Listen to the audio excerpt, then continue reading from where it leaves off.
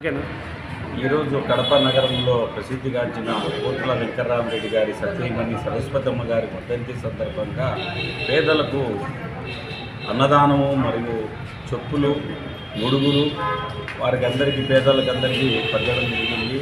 వారి ఆత్మ శాంతి కోసము వాళ్ళ పోతుల వెంకటరామరెడ్డి గారు చేసిన ఈ మంచి పనులు ఇంకా ఎన్నెన్నో చేయాలని నా ద్వారా కోరుకుంటున్నాను.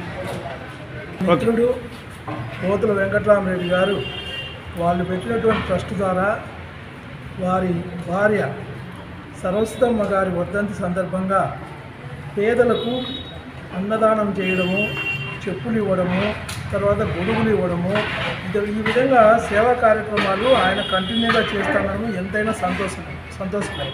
పేదలను తృప్తిగా పంపించడంలో ఆయనే సాటి.